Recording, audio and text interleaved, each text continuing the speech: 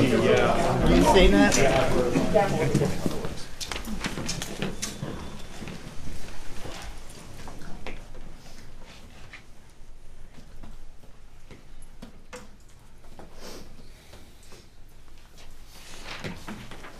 Allegiance to the flag of the United States of America and to the republic for which it stands, one nation, under God, indivisible, with liberty and justice for all.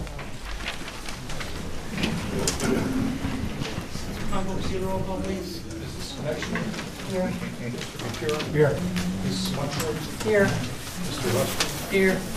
Mr. Burns? Mr. Maloney? Here. Mr. Pekovic? Here. Mayor Barrato? Here. Is there any members of the media in attendance tonight?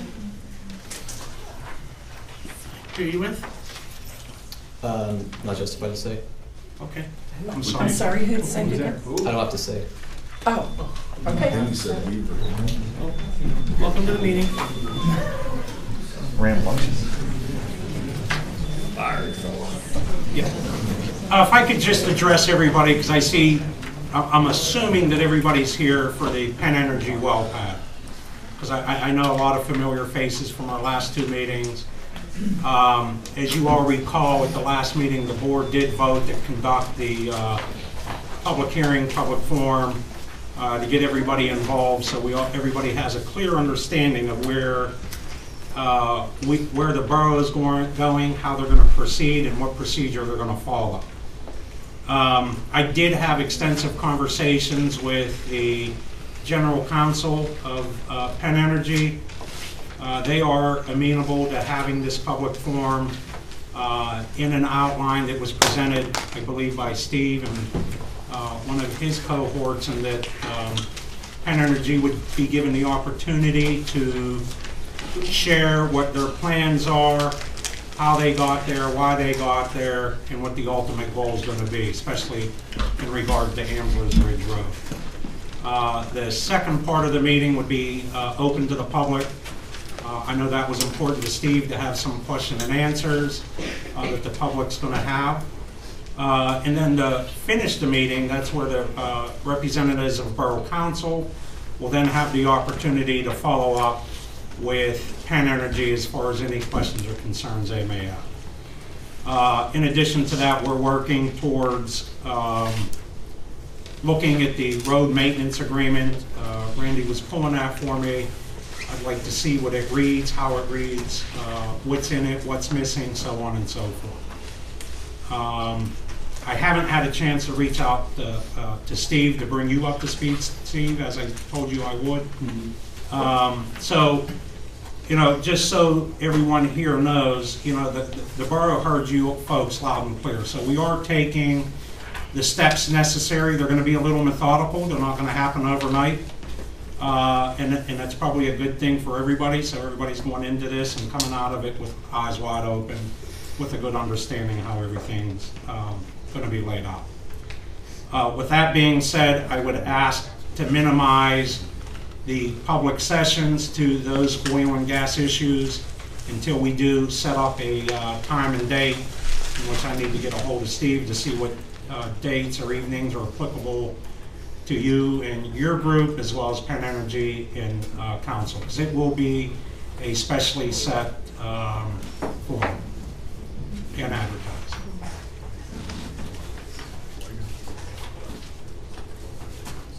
Yes, sir. All right, with that, we'll do the public session of the meeting. We ask that we limit it to 3 to 5 minutes and have it pertain to borough issues. Anybody like to speak? Yes. Hi, Brian Warren. I live on 133 Hickory Drive. I wanted to submit this for the record to the statements there. And to the solicitor's comment, appreciate that you're addressing some of those issues. I think they're not necessarily addressing some of the broader issues that relate to this, so I want to get this on the record. I want to talk about two things. I want to try and figure out how gas drilling activity is compatible with residential or suburban use definitions in our zoning ordinances. So this, again, has nothing to do with permitting Amsler Ridge. This has to do with a much bigger issue. And I also want to understand council and mayor's view on your role on the issue, because I think there might be some confusion. When I was an attorney, I did extensive work for an energy company, so I'm not against what they do. I get the concept, I get the economic impact. But I also have former clients who've leased thousands of acres for natural gas drilling and none of them would have allowed the well pads or traffic near their own house or their neighborhood. They were very clear about that. This activity is disruptive. There's noise, there's dust, everyone's talked about this, bright lights at night, insane truck traffic. Anyone that's been around it will tell you that it's disruptive, it's going to change the character of our neighborhood and reduce our property values. And this is meaningful to me because I plan on retiring in a couple years. Try selling a house if potential buyers have to drive by that activity and that truck traffic on Angela Ridge. Now, regarding the zoning ordinances, because that's really the crux of the issue, I'm the attorney, I'm going to defer to that. I have a list here of towns that have recently limited where the wells can be drilled. Bell Acres, Churchill, Oakmont, Peters Township, Monroeville, Scott Township, Richland, South Fayette, Penn Hills, Sewickley Hills, and Cranberry, where they limited the wells to commercial and industrial zones to, quote, limit impact on residential neighborhoods and the need to use township roads. So I'm not sure that the residents of those townships and their interests are more important than ours, or their quality of life is more important than ours. This is how zoning ordinances are supposed to work. If you live in a residential or suburban district, you can have a house, you can have a fence, you can have a pool, you can have domestic pets and other similar activities. You can't run a trucking company, you can't start a manufacturing facility, because those uses are not compatible with the underlying purpose of the district.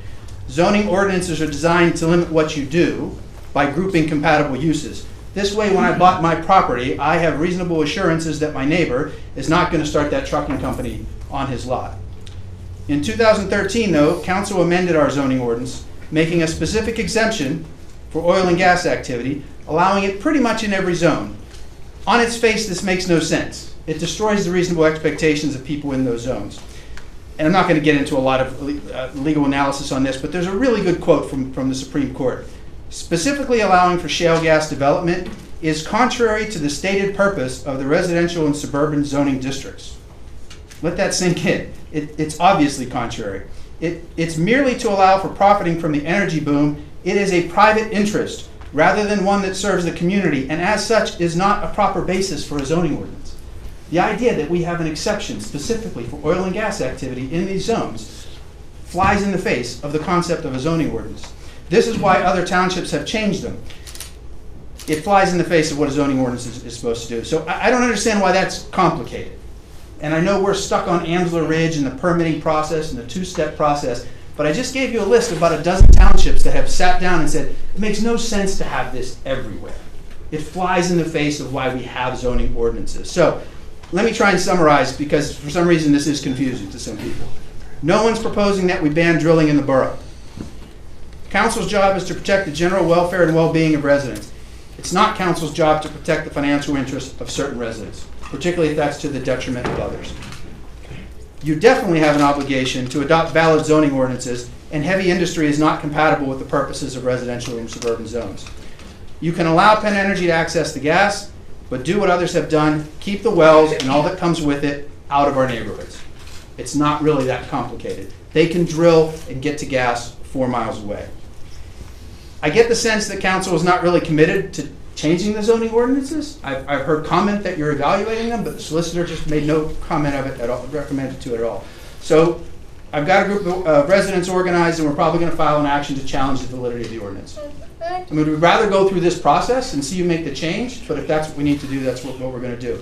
And honestly, when we get back to this issue of your job of defending the leaseholder's rights, how in the heck do you balance the financial rights? How do you do this? It's not your job. It's not your job to do that. So if you have 1,000 leaseholders and you're worried about those rights, what if you have 1,100 whose property value is going to go down? What's the algorithm you're going to use to balance those economic interests? It doesn't exist because that's not part of your job. Your job is to implement and enforce legitimate zoning ordinances. So that's what I prefer to see you do. So I have 2 follow-up items that you can think of. If you have an answer now, that's great. If not, respond at some point in time. I'd like to see a legal authority or citation that establishes the basis for your position that it's your job to protect the financial interests of leaseholders while ignoring financial harm to other residents. I'd like to see that in writing. I've done a little bit of research. I can't find that anywhere, that that's the purpose of local government. And I'd love to see a coherent explanation of how oil and gas drilling activity is consistent and compatible with the stated purpose of residential or suburban areas. I'd love to have someone take a shot at making that argument. A cogent, coherent argument. Tell me why that makes sense, and I'll tell you what, I'll probably walk away. But everybody that analyzes this knows it doesn't make sense. And it doesn't make sense to a 5-year-old to figure out. A pool, a house, a pet, your fence. a gas well. It's not compatible. It's just not how zoning ordinances work. I appreciate people's rights. I have neighbors that have lease rights. I hope they get that money. The other problem is there's no guarantee that you get that when you sign a lease. It's no one's job to protect any individual resident's right to get the royalties from their lease. It doesn't work that way. So I'd ask you to worry about permit, worry about Amsler Ridge, but there are a dozen townships right around us who've addressed this problem and pretty much solved it. Penn Energy can get to the gas, people can get their royalties, we can save the character of our neighborhoods. And I don't mean to make this adversarial, but we're literally talking about people's financial well-being. Their house is usually their biggest investment. If you reduce my property value by 20%, I'm not going to sit back and allow that to happen. We're going to fight for it. It just makes no sense whatsoever. So, thanks.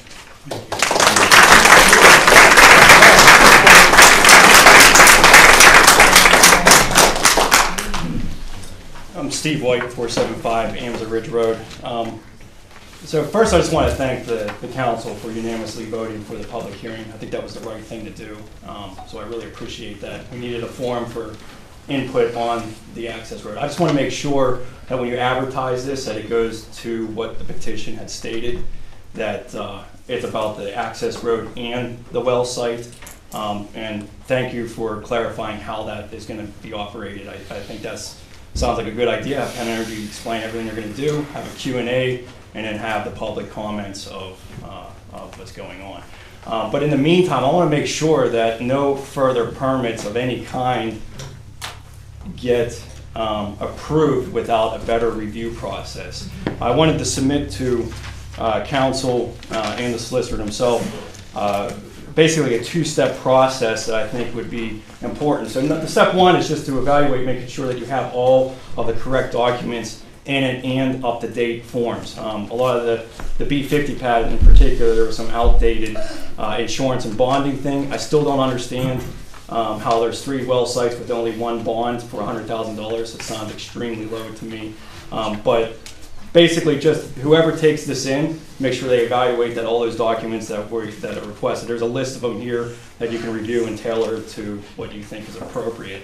And then the second part would be to figure out who you're going to make review this. I think it needs to be a lot more than just one person evaluating this. To just have one code enforcer sign off, I think is, with this big of an impact type of infrastructure, needs to either the planning commission, maybe the council will hire somebody who knows a little bit more about oil and gas so that when they're reading this language, they know exactly what they're being permitted there. So I'm going to submit that to Randy for public record and give one to the solicitor as well. The second thing, I think we already have, is that the 2 that you sent to me? I sent to you, yeah. Okay, I just had them printed off. By the way, half your emails don't get kicked back, so I don't know what's Not mine. going on. Yeah, no, you have, but Garrett, They're Gary's using a lot of private people ones. And you sent it to me on Sunday. I sent Yeah, everybody on. Right, so we just got a copy now. I have Okay, a copy. all right. So I hope you I just think get that's it. important to put that in place now, or just to make sure that more people are reviewing this, so it's not just up to one person. The other thing I want to mention is, Randy, I know that the secretary and all these different things are going on, but there's been a lot of stuff going on in the last couple of months, and I think the minutes need to be up to date so the rest of the public knows exactly what's going on. I think the last minute reading was December sometime. So, Right. Please find a way. I know it's probably overwhelming to do all that, but the full public should know what's going on. And then, to Brian's point, we need to revisit this whole ordinance thing all the way around. To have it anything permitted use other than permitted use in any zone, I just don't think is acceptable for this kind of infrastructure. Even in an industrial zone, I think you still should have some input on how these things are being built. But being in permitted use just kind of handicaps us from being able to ask any questions, object, and see what's going on. I really would hope that the council will bring in somebody that is an expert writing the ordinances and helping out our solicitor here, or Michael Baker on the Planning Commission. Just somebody who has written some of these ordinances that have been either challenged or just somebody who's an expert in that field, just to give the council more advice on how to do things. I know it goes to the Planning Commission first, but I'm hoping you can get some support and help in re-engineering those things. The other thing I just wanted to submit was on the, particularly to the B50 pad, is that there is 4 conventional wells within 1,000 feet of the wellhead of the B50 pad. And I want to submit basically a Post-Gazette report. And I flew over this area a couple weeks ago to see the emergency flaring that was going on. But basically what had happened was they were fracking and something happened where the pressure dropped and the wells, the conventional wells in the area started bubbling up with gas, and they had to do an emergency flare situation. So there's 4 conventional wells right on the site. One's actually 73 feet from the wellhead. You know, this is a concern to me. I mean, what, you know, is there an action plan if something like that were to happen here? There's reports that, you know, sulfur dioxide and all these different things are being emitted. You know, this is something that should be definitely a concern to the mobile home park. There's a lot of residents that are living, you know, very close to the site that's proposed. So I'm going to submit that. What else do I have? Oh, I didn't really bring this up, but I wanted this to be for public record. This was something that Penn Energy, I mean, I have been passing out, so probably most of you saw this, but there is a proposed well site on Friel Road that, you know, that was one of the main reasons when I'm, you know, that this Amser Ridge Road is a very important, you know, topic because it's a precedent on how other residential roads are going to be developed. So, you know, Friel Road could be next according to, you know, this map or whatnot. So I just want to make sure that you're aware that whatever decisions are made on this route is going to be a precedent for the rest of the township. So that's all. Thank you. And I reached out to the Beaver County COG to see if there's any municipalities in Beaver County that change things, and they emailed me back. I haven't had a chance to get it out to everybody else. So Okay. we are looking into Good. stuff. Appreciate it. Thank you.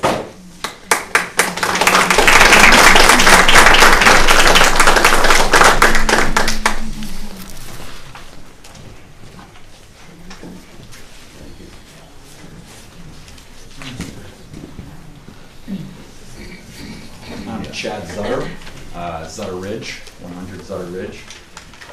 I just want to, rather than be presumptuous and tell this council how it should conduct itself, I want to actually start by complimenting our council for the exemplary job it did throughout the 2012 calendar year, doing its full due diligence, seeking the input of regulators and outside expert consultants, many of whom had, or at least one, the hired one, had written many oil and gas ordinances up until that point.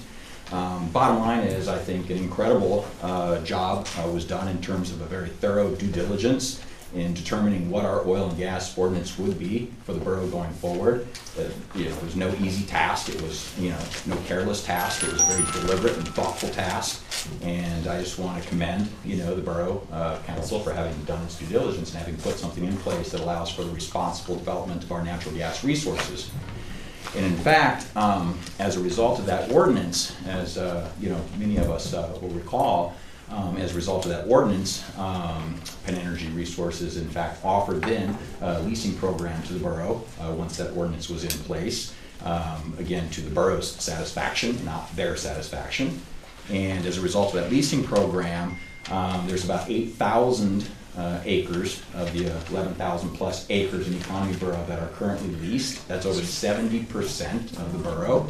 And so while I understand there's a minority interest here that actually represents the borough in terms of a couple of borough residents that have spoken up, I think we've got to be careful that we don't have an outside interest hijacking, you know, what goes on within our community. I think we've got a large silent majority that's not here tonight, and you know, without, you know, being too presumptuous again, I'd like to, you know, suggest that maybe I represent them in saying that they also are in support of this ordinance as it currently exists, and thus, you know, 70% of the acreage in Economy Borough being leased.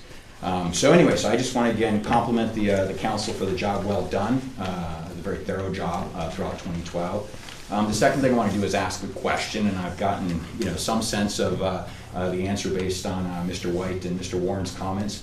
But I wanted to, you know, ask the Borough Council to clarify what exactly is the purpose of this public hearing, public meeting. As far as I know, there's no variance being sought under the standing ordinance. There's no deviation that's being alleged under the standing ordinance. And it seems to me a bit unjustified to call a public hearing, to evaluate activity under a standing ordinance that's within compliance of that ordinance. I think it imposes a unnecessary and unfair cost on the entire borough and the borough's resources to have to convene such a public hearing.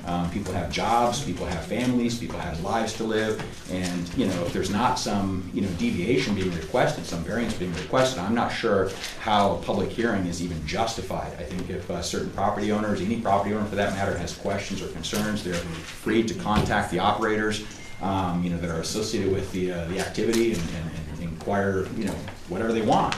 And if there is a sufficient number of legitimate borough residents that would want that type of information, an information session again could be requested of the operator, or the borough could request that of the operator. But again, it's an information session, it's not a public hearing.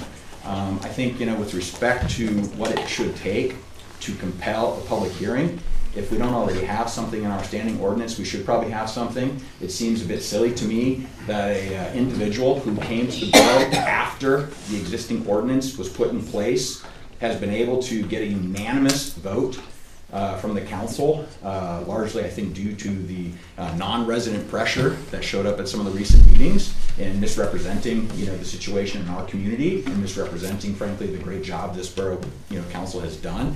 And so I think it makes sense going forward, and you can't just have any one person come in and say, hey, I want a public hearing. Hey, I want to change the ordinance. Hey, I don't like this, and hey, I don't like that. Nobody expected a I'm talking, thank you very much. Thank you. Out of respect for the speaker, just one voice at a time, please. And I know, out of respect to all the other people that want to talk, your 5 minutes is okay. Well, let me just wrap up and just simply say that I'd like to request, frankly, that any such public hearing be canceled for lack of just cause. I don't think there's a sufficient consensus within the actual population of borough residents that such a public hearing is even necessary. And so it just seems to me a total waste of our resources. Yeah, and we understand that, but I believe this may have been the first time that you were here, sir. It is, and to my point exactly, I don't appreciate being blindsided, by such a, determination, and that's, frankly. But that's all the more reason, not to cut you off, but that's all the more reason, and maybe the word hearing is the wrong word. Mm-hmm. We might want to re-motion that, but the idea is for the proponents of gas wells, for the hearing or this public forum I think it's more that we are having. Informational session. Right, because there seems to be... Mr. Warren seems to have other designs, as does Mr. White, as to what they hope to accomplish. And I just want to make sure that that's not what we're out to accomplish. I mean, Sir, with all due respect, please. You asked a question, I'm going to answer it for you. Great, so we can get on to the next citizen, and at that we have a whole agenda to go through. So to simply answer your question, Penn Energy and the Borough Council, who represents all the developers in the borough as well as every resident in the borough, agreed with Penn Energy to have this public forum to answer as many questions as possible. Now, Mr. White knows, and I think everybody else in the audience as well as this board knows, that well site is permitted in accordance to the current ordinance. So there's not going to be anything that happens there.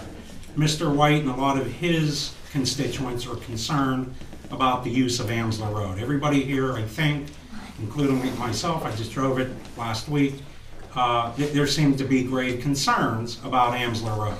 So those are the issues that we need to get addressed.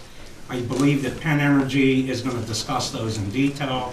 It's going to give citizens like you, citizens like Steve, to ask and answer any questions, or just to provide comment. And at the end of that, it's going to give council a better understanding so they can make that informed decision, whatever that decision is going to be moving down the road. But, to classify it as a public hearing, we're not going to have a stenographer there. We're not going to have a question and answer with everybody's attorneys there. It's more or less a Q&A public forum, open to everybody, so everybody could have an understanding of what their concerns are and what Penn Energy's intentions are. Thank you. forward to it.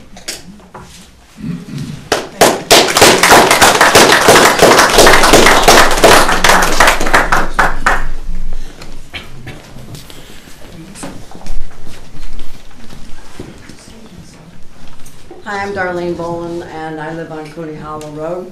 And I noticed that it's going to be brought up, and I didn't know that until I got here. And I've lived here for 20 years. And part of the time when you are talking to the leasing people, they don't speak to you about how these trucks behave on the roads. And I have watched them when they were doing the honing road up through Conway Walrus.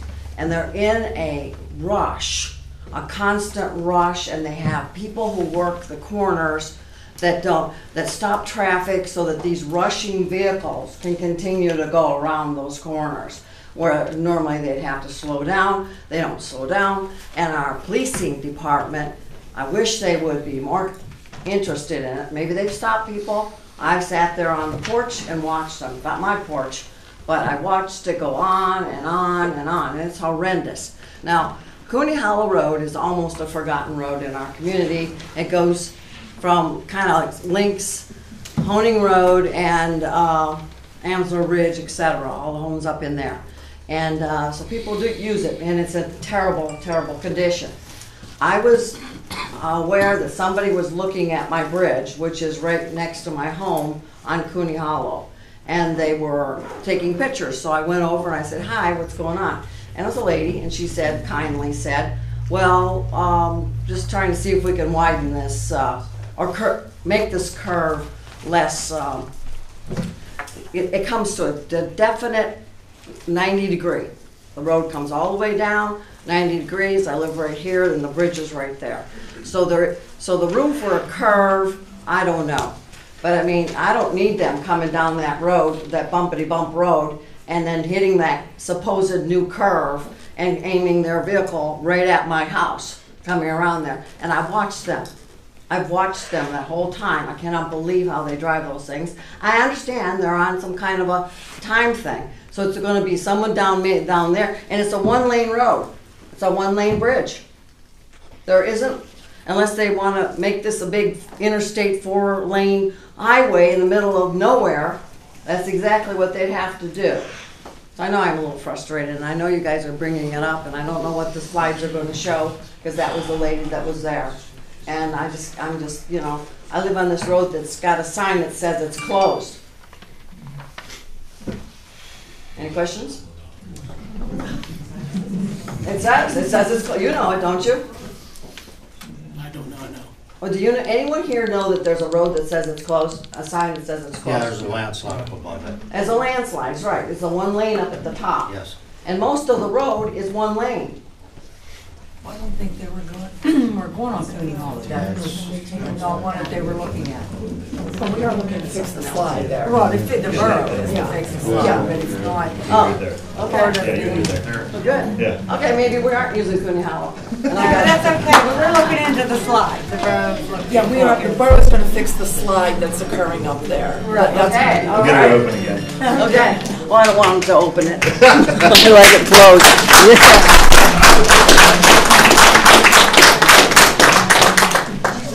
If there are any other members in the audience that want to talk about issues other than this particular issue, so we could move on. I mean, we all know that we specially set a form, or we're in a process of setting a date so we could hear all of these issues, but I'm certain that all these issues are going to be brought up at that particular date. So if there are any residents that want to speak as to other issues, That meeting You isn't know- going to be here. No, it's too small of an area. Right. I just wanted to be sure. Well, we have to see where, possibly the last time we had a meeting, they had it at the junior high, but it's up to them to let us use this. If not, we could maybe go to the fire department, but we got to coordinate it somewhere that can handle the people.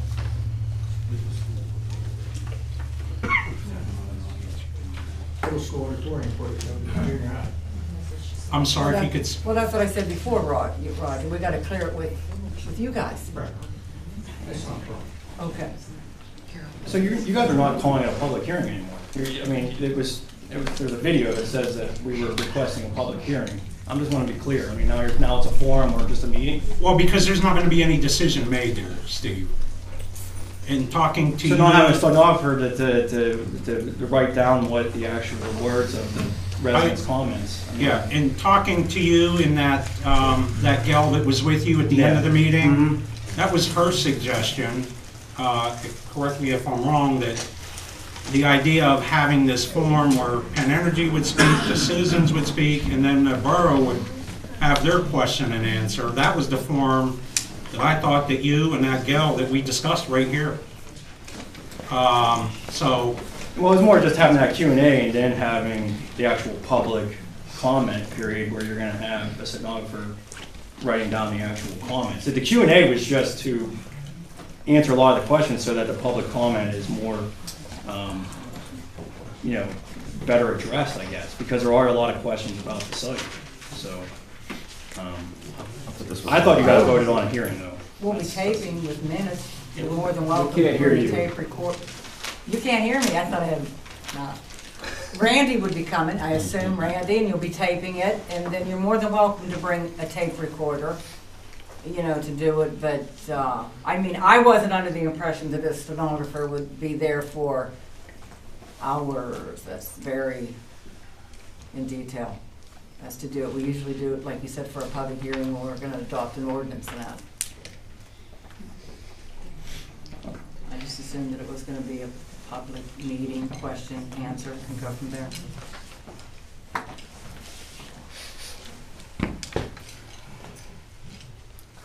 Can I speak now? Oh, yeah. Sure.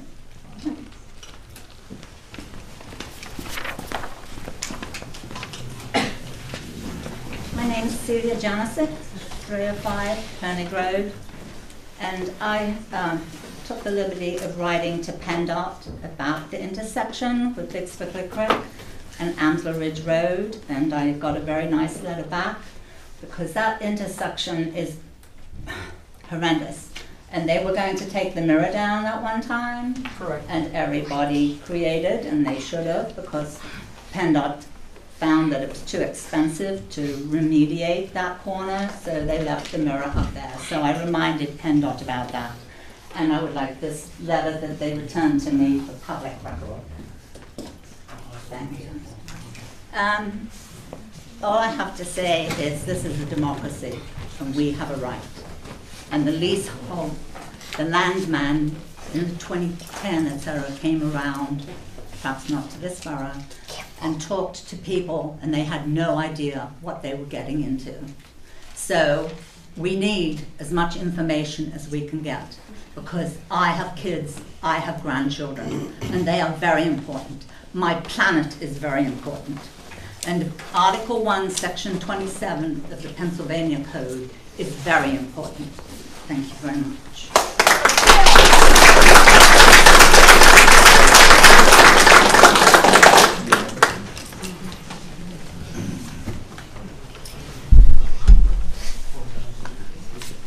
Mr. Asper. How do you do? My name's Tom Martelli, 709 Amsterdam Ridge Road. My property's 1,000 feet from the well. My house will be 1,500 feet from the well. Now I believe it was Sunday night, there was a wreck on Amsler. Not because bad road conditions, no snow, no ice, but if you look in the last 6 months, I bet you there's been at least 4 cars that went over the hill onto my property. Could you imagine with the trucks going up and down? They did put that mirror up at the bottom of Amsler Ridge. But at one time when I first moved out here, the school bus used to go down there. And it got too dangerous for the school bus to come down the bottom of Amsler onto Swiftly Quick Road. So they discontinued it. It turns around at the Orchard Estates now and heads back. But yeah, that road's bad. And I just want people to know, you look at the records, I don't know if we could get the police records and look at the accidents in the last 6 months. It's terrible. And with the trucks, it's only going to get worse. And maybe somebody could look into that.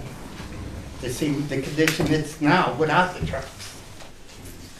Well, we have a very able and capable engineer in Mr. Scott Shoup, and I know Mr. Shoup has been actively pursuing geotech engineers, which would act as a third-party outside specialist for those slides and, you know, things of that nature. So, you know, is that going to be brought up at the next meeting, maybe, or I'm sorry, sir? about Shoup looking into this? Is that going to be brought up at the next meeting?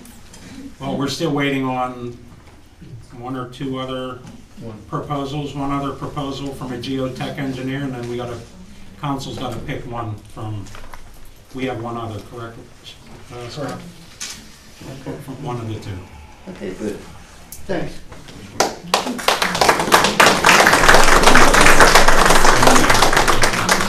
Mr. Alistair, can I just say one quick thing? Because of Amsler Ridge, and as the mayor, I am the head of the police department. So I asked them to go back 5 years and find me all the accidents that have taken place on Amsler Ridge Road. These is not for public information, it's just for me, but these are the accidents in 5 years.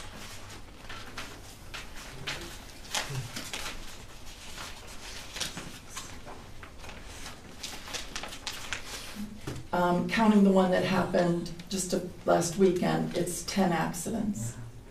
These are reportable to the police accidents where a vehicle had to be towed or there was property damage, just because we know it's a concern.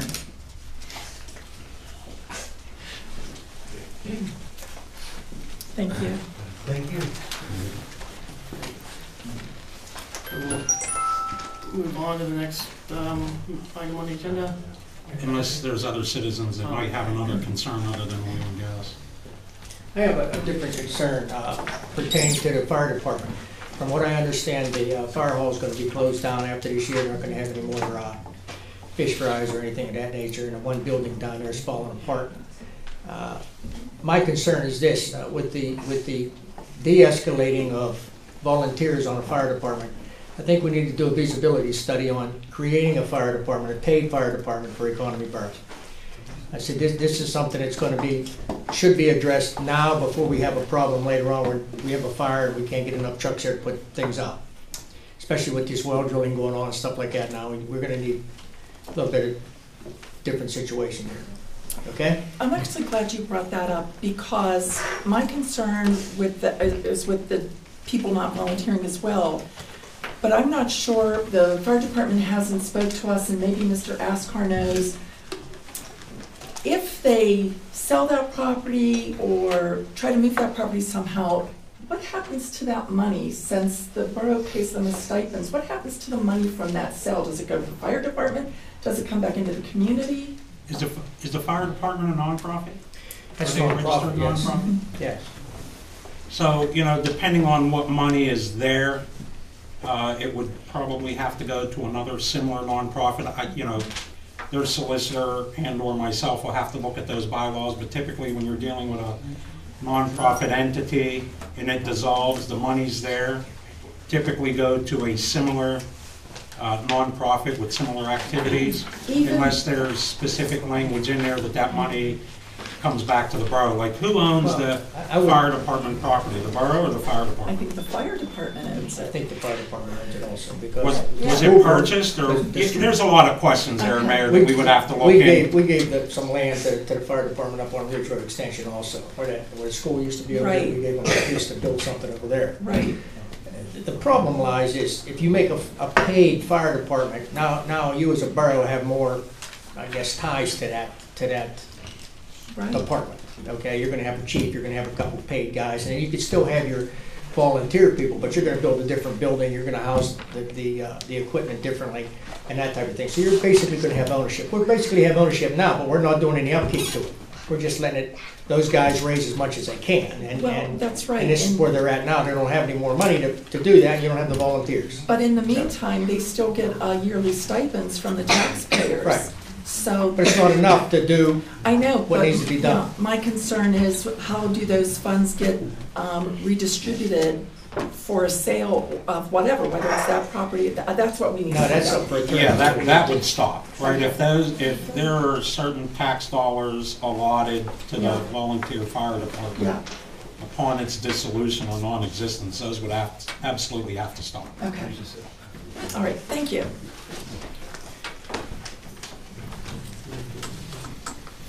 Great. Anybody else for non-oil and gas comments? No. All right. We'll move on to the next item on the agenda. Is there a motion to approve the February 12th council meeting minutes? I'll make that motion. Is there a second? I'll second. Any discussion on the motion? All in favor? Aye. Opposed? Motion passes. Is there a motion to accept the February 26, 2019 council meeting minutes? Well, I'll make that motion. Is there a second? I'll second. Any discussion on the motion? She's only approving what she agrees to. Correct. There's nothing saying.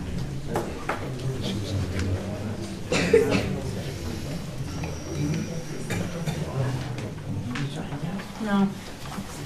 Any discussion on the motion for the February 26 minutes? All in favor? Aye. Opposed?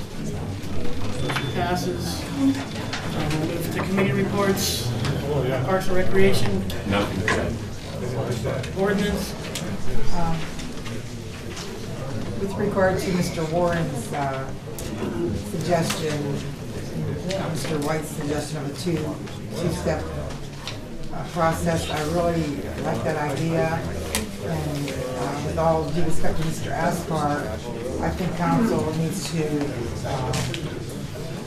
decide, or hopefully maybe engage special counsel to look at our ordinances. And I did reach out to Mr. Gavin Rock, who wrote the Church Hill ordinance, and he's very knowledgeable in this. So I would ask that, I would like to make a motion actually that we engage special counsel to help us tailor a more up-to-date ordinance relative to our zoning map and the oil and gas, and have a two-step process, whatever is decided upon, to be attached to the ordinance. So I'd like to make that motion. With all due respect, that has to start at the planning commission. So the planning commission could engage their attorney if they want to hire a consultant, because I know that, for instance, New Swickley, was it New or North Swickley? They engage a consultant to go through that. And then whenever they develop that ordinance, the finished product then comes to the borough. Okay, that's news to me, because Randy told me that I've done ordinances before, and it was Randy and I. But this is a zoning ordinance, so it's got to start at the planning commission and the zoning board. Okay, so do we make a motion to instruct the planning commission to start that process, or? Yeah, I think that, what Mr. White was saying, I think that if Borough wants to, they could send a letter saying, as a result of this meeting, we would like you to revisit the oil and gas ordinance to see if there's any changes that we need to make since the last time that it's been revisited. The planning commission can't engage in outside special counsel, can they, or can they? Absolutely. They can? Yeah, they're allowed to hire any professional they want, whether it's a consultant, because I believe it was North Swickley, now that I'm thinking about it. North Swickley hired a consultant specifically for that. Whereas any oil pad that comes into that borough, they basically have to go through a conditional use hearing. So it's not automatic that they get to drop a pad wherever they want. Anytime an oil and gas pad comes to, I'm almost certain it's North Swickley, they have to have a conditional use hearing. So what I happens? think that's what you may be talking about. Well, I don't know the process as far as the planning commission versus council. If council chooses that they want to have this done, and planning commission says no, how's that work? I don't think we would say no. We'll visit and revisit and come up with suggestions. I don't think we'd ever say Well, no, I'm Have talking you guys about ever hired a engaging consultant special on counsel. for your ordinances or? You can speak up. There was a consultant hired for our current oil and gas ordinance. Yeah, we, That's exactly what I'm talking about. Who, was it council or was it planning commission? Sounds like planning. It came from planning. All right. Well, as I long mean, as with that being said, Yeah. if council wants to hire special counsel to take it once it hits the borough, clearly, you know, less time I'm gonna have to spend on it, that's totally council's decision. But I think it needs to start with planning. Okay, so would we tell Mr. Kunkel to start, with Audrey? we hear you. You got one Okay. here and one sitting out there. I don't know if Dawn's in here. What's the attorney's name? I didn't hear that. Mr. Rob, Gavin Rob. Okay, so we keep the ball rolling. Anything else? That's all I have. Public safety, Nothing. property and buildings, Nothing at this time. personnel. At the last meeting, we approved adding on the HR Pro. Randy signed that agreement electronically. They're adding me as one of the members so we can have free communication with them to update the employee handbook. I should be up and running later this week. I'll get a hold of Mr. Fekovich and Mr. Muffler to pick a day and time we can have the first conference call about the employee handbook. And also, we're going to need an executive session discussing personnel matter regarding the borough secretary. With a vote. With a vote. Most likely a vote.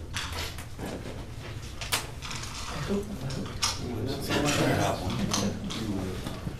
Finance? Okay, that's me.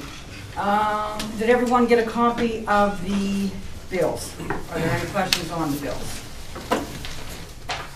I know we got the first set, and then she added a few on to finish out today. Questions?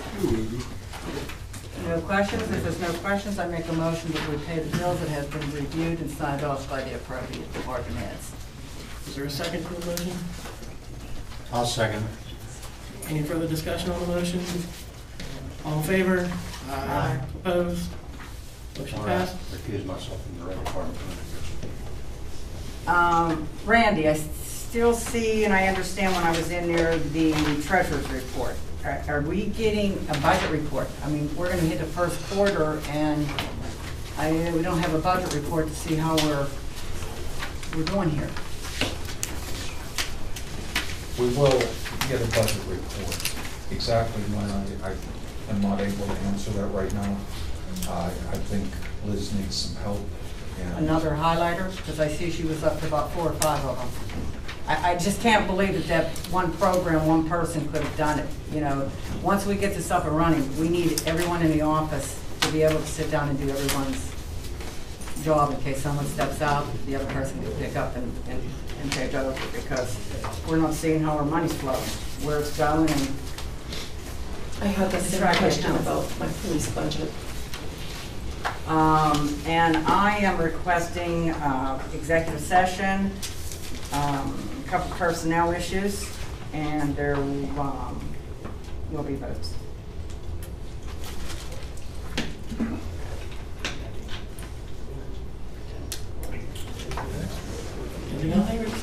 I'll wait till the business. And Public Works, think we have anything from Mr. Burns on Public Works? No, just we're going to go probably into executive session in regards to the grievance that was filed. Okay. Mayor Verona? Okay, the mayor's report. We patrolled 8,246 miles ending February 2019. We used 831 gallons of gas. We issued 10 traffic citations, 6 non-traffic citations, and 22 criminal complaints filed. We had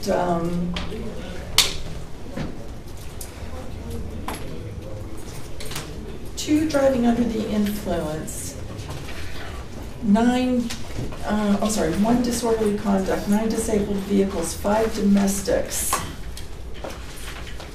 The school resource officer had 3. And traffic hazards on roadway 14, which sounds like a lot to me, for a grand total of 407 calls for February. As you know, we ordered a chief's car, special service vehicle, back in October. The motion was made. The vehicle was officially ordered by Wright Chevrolet in Ambridge on November 6th. We still are not in possession of that vehicle, so I got tired of talking to the people down at Wright who didn't have any answers for me. I talked to an Ed Murphy, who is a territory rep for Chevrolet for their special service vehicles and police vehicles. What was Wright saying? What was their response? Wright said they didn't even have a VIN number, which truly scared me because that means the vehicle hasn't even been put into production yet since November 6th. Now, Mr. Murphy, who actually was a former Pennsylvania state trooper, I don't know, Mr. Murphy said there were some delays. They were having part suppliers delays. They fell sort of behind because their plant in Arlington, Texas got hit with hail, damaged a bunch of cars that they then had to replace, repair, or fix. So, Mr. Murphy said that we should be in possession of that vehicle by the end of April or May. And in the meantime, we have ordered the 2020 Interceptor. You'll remember last year, Chief O'Brien was given a grant for $10,000 by our local Walmart to use for computer equipment. And we didn't have to use it back at Walmart. It was simply a gift from Walmart, a grant from Walmart. We could use it wherever we wanted to. Walmart does not have the computers that they want or can use, but ViHouse, who does their cloud service, has found computers for them. It will be $2,000 over the allotted grant money. Now, I know we haven't used anything out of the computer budget, Randy, but Chief seemed to think that the money was in the budget was just for the licensing agreement for like their cloud service and ViHouse. So it is possible we're going to be looking to get $2,000 from someplace else in that budget to get those computers up and running. That's new computers for everybody. We also... You're talking vehicle computers or office computers? Office computers. Yeah, they're very sluggish. I can't even tell you the last time they've been replaced. So these are all new computers that will really suit their needs and give them expansion and places to grow. The other thing is Randy, when somebody illegally dumps something in the yard waste dumpster, does Valley charge us extra for that? I don't think they did the first time, but after that they did because they've got to pick the refuse up and take it to another location. Okay. So we had a, was it a king-size mattress dumped down at the road department, and then they dumped the box springs down at the municipal authority, and then they dumped some cardboard back in the, at the yard waste. So we do have a camera back there, but M&P Solutions has a camera that would work in concert with that camera and be able to actually zoom in and give us a better quality picture of the license plate. So when our camera, it's all motion activated. When it sees activity, if these cameras talk to each other, so if the other camera feels it's going to be too pixelated of an image, this other camera pops in and gives us better information. That is $1,500. Now, I believe Valley was charging us an additional $100 for those pickups? Or was it $50? If they had to like sort. I'd have to check, I don't. Okay. It's been a while. So if we have 15 people back there doing illegal dumps, the camera then pays for itself because we can then prosecute. I don't know if you want to go ahead and spend that money, if I did need a motion for that, but I think it's something that's worth it because we have a lot of it. I can just tell them. I don't have a problem with mine, I just don't know what line item you're taking out. So Yeah, well, the only budget I have is the one we did at the end of the year. Right. So I think it can still come out of our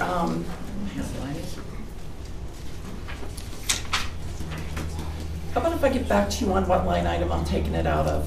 Yeah, I think that's a good idea. Okay, let's move on. We're also going to start updating the civil service test.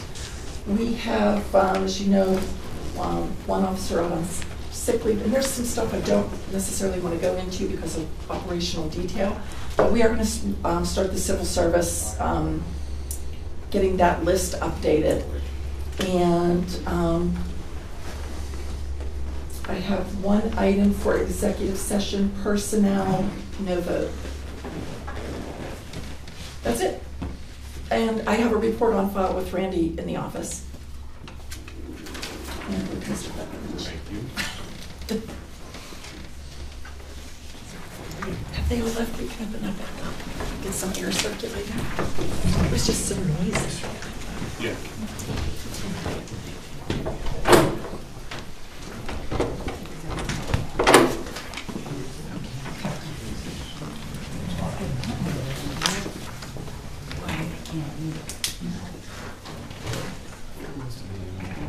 Mr. Ashford. You're up. Are you having hot flash down there? I opened our first couple of people. Well, we had already, on the BIU payment for the building trap, I have not addressed that issue yet. As you all know, Josh Kell was newly elected to the state rep position. So I'm trying to handle as much as possible until I get another attorney on board. So I would ask that we table that to the next meeting. I have not had the opportunity to talk to him to see what the status was prior to him taking that state position. The Penn Energy access road, I did speak with one of the principals at Lennon Smith Solar Array. I talked to Scott as well earlier today. Lennon Smith Solar Array does not do geotech work, nor do they could contract work and then subcontract it out, but they don't feel comfortable doing that.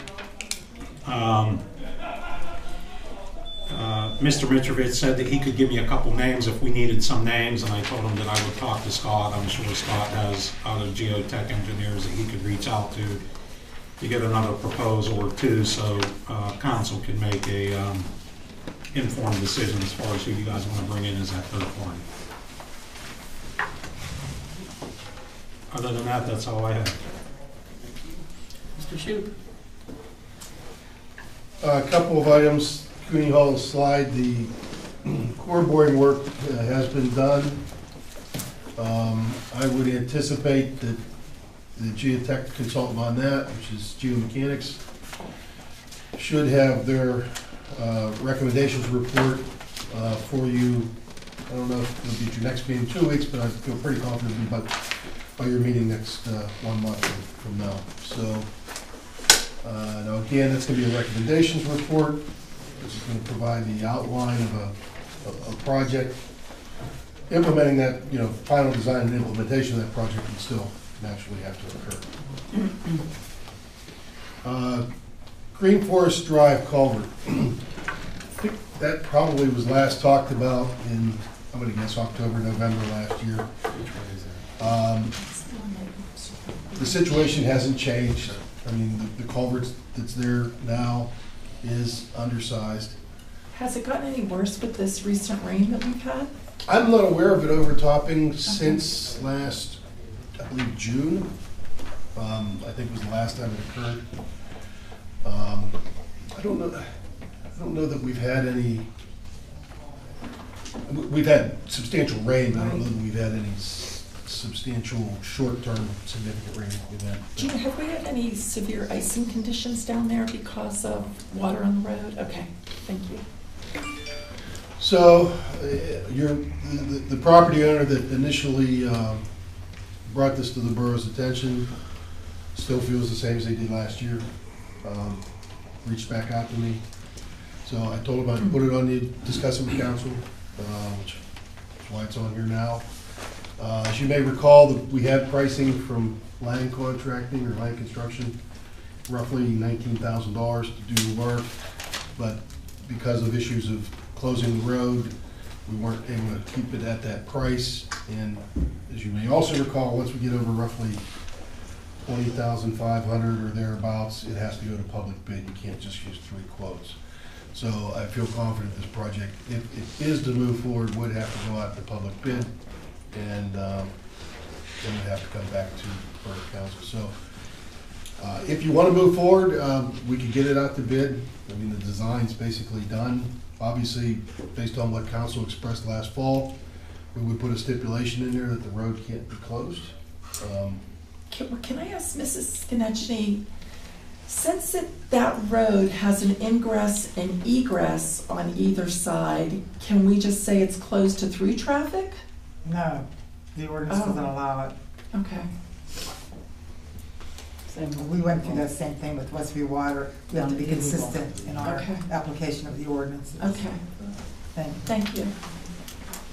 So I'm just throwing it out there. If council wants to move forward, I think I'd need authorization to go to public bid. Hey, what's the concern with the undersized pipe, that eventually the road's gonna wash away, or the pipes, what's the concern? No, it's, I mean, when you run the hydraulic analysis on the pipe, it shows that it's capable of passing roughly what's called the 1-year storm. Okay, right. The peak storm on any given year. So, not surprisingly, a typical year, every 2 years, that road's gonna get overtopped with runoff. When it occurred last June, it crossed the road and washed out the bottom side of the road, the embankment going back down to the stream. I remember now the pictures. In fact, that gully, if you will, is still there, that erosion rut. Over time, eventually, if it occurs enough, either the borough has to maintain that, or it would occur to the point where you might lose part of the road. Okay. So, it's not a high volume road, but anytime you have water crossing a road, it's not necessarily a good thing. So, it's at council's pleasure at this point. Is there a motion to put it out for public bid?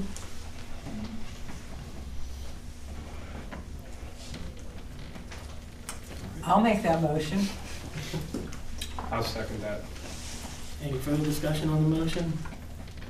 All in favor? Aye. Opposed? Motion passed. That's all I have for the moment until we get to old business. An item later in old business.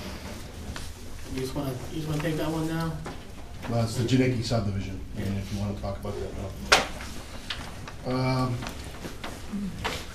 A month ago, discussion occurred about the fact that the Janickis wanted to subdivide into 2 lots,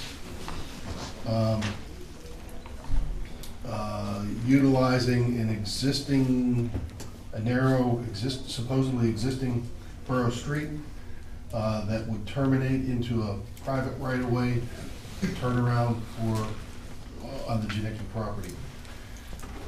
It seemed like the consensus of council at the time was that if the Janickis wanted to move forward with that they would need to construct a turnaround and piece of private road on their own property that basically meets borough standards or meets the requirements of the ordinance. Then the discussion became the fact that the borough's road only currently has about a 10 or 11 foot road width. And does it make sense to have an 11-foot road, public road, meeting into a private road that's much wider with a large cul-de-sac? So at that point in time, there was enough questions. I said, let's just hold tight, let me take a look at it, and I've done that. I assume you probably saw a memo that I sent up to the borough, but the road, the public road right now, which I wasn't even aware was a borough road, but there's a borough street sign on it, and the road department tells me at least for the past some period of time, it's been maintained by the borough. Is only about 10 or 11 feet wide. And the road right-of-way of which that road sits on is only 33 feet wide. And there's, you got your 11-foot cartway, maybe a foot of shoulder, and then slopes that go up. How long did you say the road was? I'm sorry, I did not say, but it's a good question. It's 250 feet, the borough portion. Okay. You literally cannot go down that road in, well, maybe if you did a 20-point turn, you might be able to get turned around somehow and come back out the same way. But I couldn't even do that. Once I got down through the borough part, I just continued on up through the driveways, back to the other part of the public road. But so, in order to stay within that 33-foot road right away, you're not going to be able to widen that road out to 20 feet or 24 feet or anything like that. I'm guesstimating you could maybe get another 5 feet, so maybe you can get up to about 15 feet wide, and then still have your slopes and stay within the 33-foot roadway, which is marginal at best for a two-way road. I mean, but you can get 2 cars by on a 15-footer, but it's tight. So I wanted to bring back this information to council so that you can make a decision. It's really not a cost issue. I mean, I'm sure the Borough Road Department, for 250 feet of road, spent a couple of days, 3 days in there, could get it widened out and get you a road. So I don't think it's a cost issue. It's just, what are you going to really get? You're going to get probably a 15-foot wide road. And it's still not up to borough specs. No.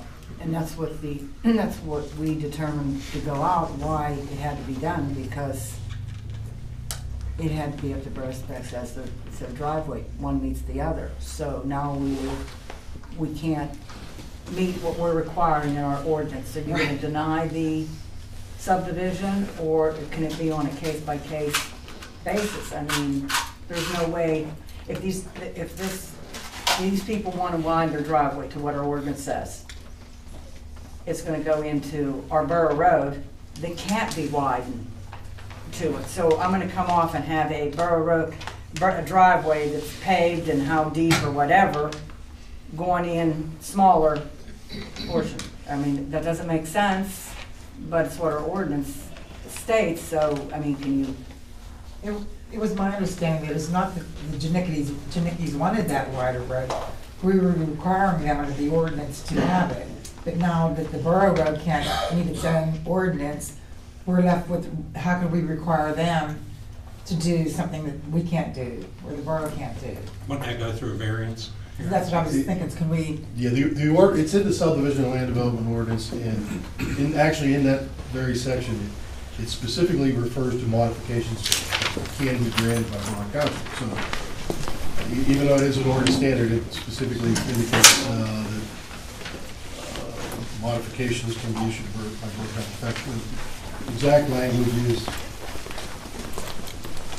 the cartway and other design requirements for a private street shall meet the borough construction standards for a public street unless a modification of one or more of those requirements is granted, doesn't say this, by Borough Council in accordance with 16354 of the subdivision land development ordinance. So because it's subdivision land development ordinance, it's not a variance meaning zoning hearing board, it's a modification by Borough Council. So we can do it right here at this point in time and not ship it down to planning commission and it has to come back up? According to what the engineer read, yes. And if that's what he's recommending, then council can vote on his recommendation. Well, or if council wants to make a recommendation. Well, I can't see making a resident do something that we can't do. So I would make that motion to have a modification to require them to the extent that the borough road is. What would you recommend, Scott? Well, so we could properly format the well, motion? any portion of public, well, I mean, it talks about standards, so you're talking width, cross-section. I mean, it's not just one item, but in terms of width specifically, again, I think to make them put in anything wider than 15 feet would not make any sense because we can't get our own road any wider than 15 feet. But having said that, they now propose or would need to propose a cul-de-sac, unless you're going to waive that too.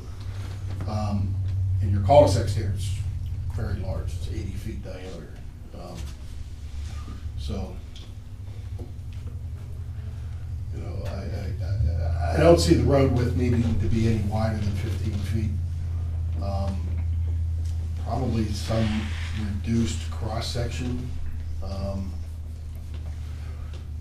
I hate to do this to you again, but I wasn't prepared for this. So, I mean, if the mood of council is perhaps that you will consider some kind of a modification, why don't you let me talk to Janicki's engineer, see what collectively we think, and then bring back a suggestion to council. Sounds like a plan. Sounds like a I good withdraw my motion. Can If I ask have one to. quick question? Is only one house going to front on that private driveway? From a practical standpoint, yes. Say it again? From a practical standpoint, yes. Okay. I mean, yes. Okay. Yeah, the answer is yes.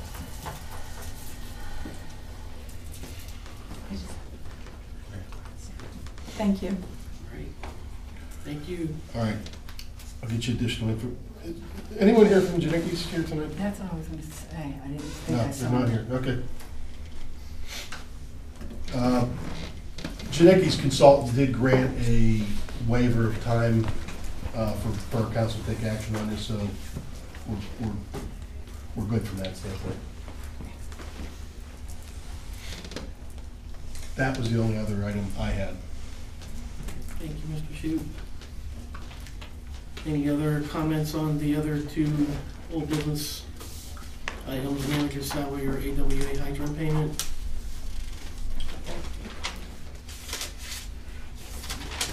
Oh. Can it not be any other topic? Yeah. Sure. Okay. So we got the Northern Lights update. I don't know if anybody's been down there, but they, for some reason, took the old shabby plywood off and put on new glass on the shop and save. And, I mean, I just wanted to talk about the letter that we got from Brian Templin. Some of the things that he's saying that were improvements were actually, they either had to fix them or they were in an emergency situation. And to list them as, oh my goodness, we did this, I think is sort of like lying to us. But again, I'm going to go back to, you know, we're worried about property values, and we have this huge white elephant sitting on Route 65 at the very entrance of our borough. I sent a letter again to the Pearsons and to Templin after I received this because it just really ticked me off. I asked the guys who were replacing the windows down there, I said, oh, something new moving in. I was excited. I'm like, woohoo. He said, no, we're just replacing the windows. I can't even figure out why you would take plywood off and put brand new windows in, unless you have glass insurance. It's the only thing I can think of. So I just wanted to bring that up and to let everybody know that I'm still trying to work with them. They said they're gonna put those, now when we had our meeting, it's gonna be 3 years ago now, April, they said they were gonna put pads in there for restaurants and everything. Look, I know government moves at a glacial pace, but they move at a prehistoric, unbelievable pace, and I just find it mind-boggling and frustrating. Because this is probably one of the most things that everywhere I go, number one is what's going on with Northern Lights. And I just want you to know that I am not happy with this report, and I'm still, as much as I can, push, nudge, cajole, kick in the pants a private landowner. I'm trying. I mean, if they thought $330,000 was a lot of money that they put into that Northern Lights after the millions they Right. received by selling off properties. So I just want you to know, yeah, so that's what I wanted to bring up in old business. Thank you. Can we do anything with treasure letter? You would have to look at the, see if there's any code violations, absolutely. I And know- Are I we know up, that- are I they up to think, date on yeah, that? I Jake know that has, we have talked about that in the Yeah. past, but I had a meeting when I went to talk to Jake to look at Penn Energy's binders and the different articles in regards to that. Jake and I had a very informal meeting, but this was one of our highlights. So he knows that he goes down there regularly to make sure that there's no recent code violations. And that's really all we have in our arsenal at this time, is to make sure there's no code violations other than I don't know what else to do. I feel frustrated because I actually think they're missing a great growth opportunity right now. You know, we live in one of the biggest we are the biggest borough in Beaver County. We have a huge new shell plant going in down there. Other little boroughs are profiteering off of this growth, and this is just sitting down there like a sore thumb, and people go like, oh. If I recall, and correct me if I'm wrong, Mr. Huskar, back in the day we talked about, that's blighted down there. Yeah. The borough has the ability or authority to condemn it, don't they? I would have to look at that. Typically, there is. I don't know what the qualifications would be for this particular borough, what the qualifications we would have in our ordinances. Mr. Asper, I've probably been one of the more lenient, and it's very frustrating for me too. So if there's anything beyond code violations, can you look to see if we have any alternatives to move this quicker? Can it be condemned for blight? That's what she just was said. saying, yeah. That's what she just said. Yeah, that's a common use practice. Yeah. Yeah, I get it. Oh, that's a great Maybe that'll get them location. moving, Perfect. you know? And you have a new anchor store in there with Walmart above it. You have a lot of follow-up stores. Both I mean, it's hard on not top to and look at when you're passing it up, right? I mean, Right. you got that big vast space and Thank you. I get one other thing I want to say on the whole business. We talked about this in meetings back on that property out on Golden Grove Road where they're building that foundation. It filled up with water. Yeah. I went past her the other day. The fence is down on that, in the front side of that, and it's full of water, and I just hate to see any possibility of kids or anybody getting into that, falling in there and drowning in that hole. Yeah, It's kind of an eyesore. Something should be done with it. They have an office right up in the soccer arena there, the construction company, so you think you could just shoot down there and put that snow fence back around there. Or fill the foundation, because they were Yeah, talking pump it. they were gonna build a slab home there. Right. You know, it's just, I hate to see something happen. Wouldn't that be an issue for our code I was gonna enforcement? say, can we send this? Yeah. I'll let us know tomorrow. Thank you.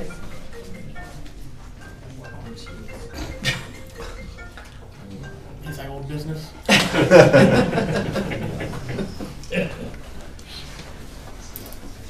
Anything else?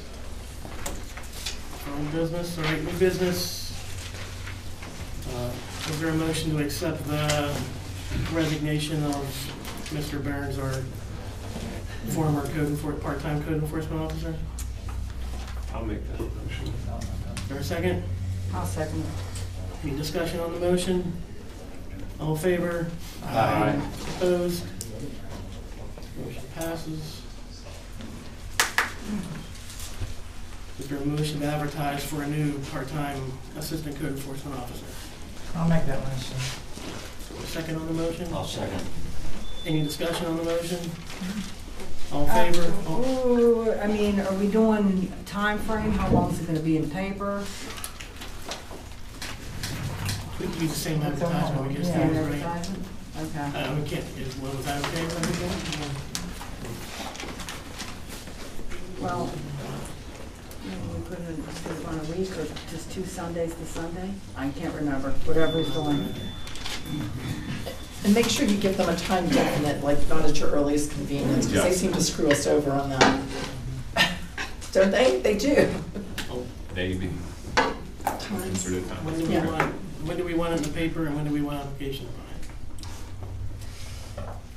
What did we do for the last time? Mr. Papa, do you remember? The most recent, which I sent to the Personnel Committee, which was for Secretary. Public Works. Public Works. Public Works. I did a Sunday and a Wednesday. Sunday to Sunday was very expensive. They recommended, in fact, a Sunday and a Wednesday as their best days. So that's what I would suggest. If I get it to them by Thursday, you're probably go in this Sunday, next Wednesday, and then set a cutoff date. Give a 2-week period for them to respond. Okay. Well, like I said all the time, is we have a sign out there. We ought to be able to put it on the sign and hit up our web page. I mean, if you're updating the minutes, then just put on there that we have, some positions available. And you already have an electronic copy of the document to put on the website and you can get it on the sign immediately. Right, I right. agree. So we want to run the ad from Sunday to Wednesday. 17th to the 20th, and applications due by April 3rd. Is that Sunday and Wednesday or Sunday through Wednesday? Sunday and Wednesday. I'm sorry, Sunday and Wednesday.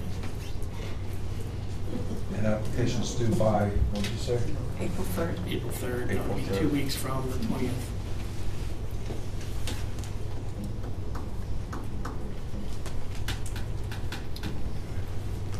Any other discussion on the motion? All in favor? Aye. Opposed? Motion passes. Is there a motion to add a third-party inspector, building inspector?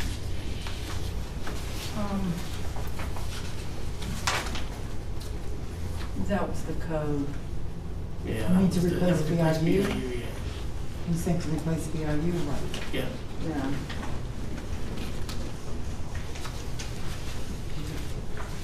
You have to give a chance to review. Should we wait till next meeting? I didn't see it. I didn't see it until tonight. Would you want to review before we make a motion? All right, let's Table it Is there a until- motion to table this till the next council meeting? Yeah, I'll make that motion. Is there a second? Second. Well, go ahead. Any further discussion on the motion? All in favor? Aye. Opposed? Table to the next meeting.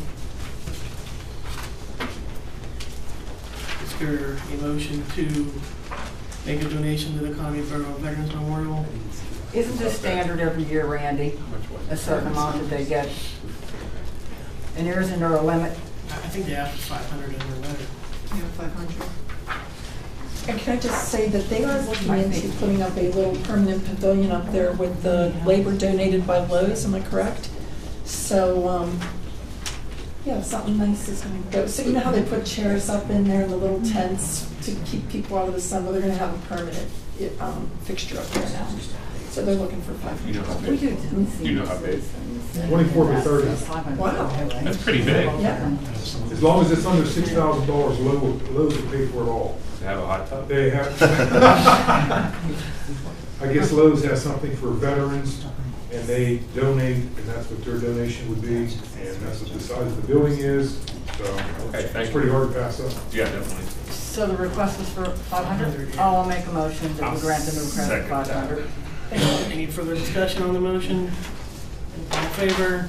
Aye. Opposed? Motion passes. Is there a motion to accept resolution 465?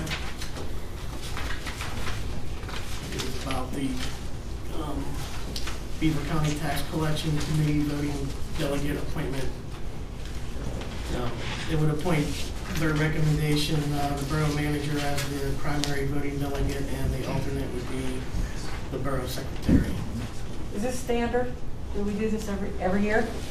Or is I don't know about every year, but it's standard. it standard, and that's usually who you do is the manager, secretary? Yes, Okay. unless a council person wants to sit on there, but it's very standard for Mandatory. the business manager, the secretary. That's okay. Do enough on it? Thanks, You need a motion on it? Yeah. I'll make a motion. Is there a second? I'll second it. Any further discussion on the motion? All in favor? Aye. Opposed? Resolution is adopted.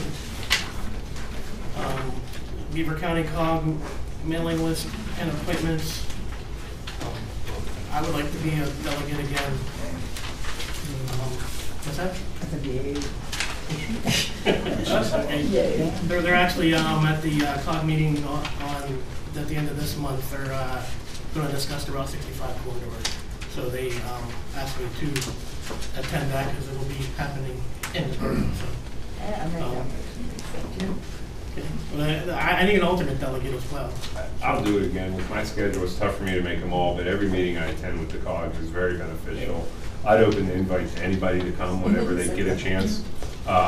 They're very friendly, they're very productive, and especially they're looking for extra people along the routes who reside in municipalities on Route 65 corridor. So please feel free to join when you I'm can. a secretary in this board.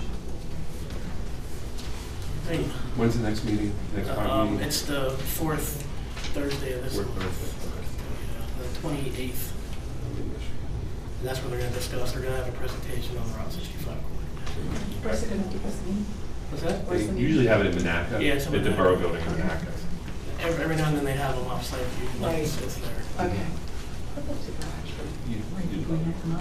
All right, is there a motion to have Tom and I, or Mr. Fekovich and I, be the delegates for the COG? I'll make that motion. Is there a I'll second? second it. All right. Any further discussion or volunteers? No? All in favor? Aye. Opposed? Any other new business? Yes.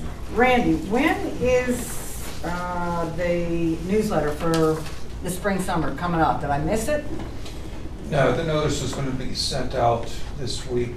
It doesn't normally hit the streets until prior to Memorial Day. Oh, okay. So there's still time to. Put some articles in? Because I did touch base the last meeting in regards to the feral cats, and I talked to our animal control, who is gonna send some ordinances up here to review on how we can handle these, and possibly we can put an article in the paper that, you know, these people can't be cited that go out and intentionally try to do good and feed the cats and bring them. If you're feeding the cats, then you're responsible for all the wild cats in there. We have to have some kind of control. They're getting out of hand. Next thing is, and I know all council members do, there's two on planning. They get the Borough News magazine that comes out monthly. I love that magazine. Do we, I know how we get it. I do. Why are not the other members of planning getting it, or any of the other board members? It's very informative all around as to the, I get the magazines. we all do. Okay. We all should get it. And like I said, there was two that went to meetings down in the planning commission, but the rest of the planning do not get Bless the you. magazine. Is there a reason why? Are we paying for a certain amount of people, or how can we get? I'll have to check into it. Okay. And in the last magazine, it said, the salt bid for Coastal is to go for March 15th. It's already done. Okay, sounds good. Anything else? Nope, that's all. All right, if there's no other new business, I'll make a motion to go into executive session to discuss a personnel matter regarding the borough secretary, two other personnel matters posed by Mrs. Munster, the public works grievance, and the mayor requested a personnel matter to discuss with possible votes on some of those issues. I'll second. I need a. I'll make it. Somebody make the motion. Oh, I can't make You the can't make motion. a motion. Yeah. My bad. All right, any further discussion? All in favor? Aye. Opposed? We are going into executive session.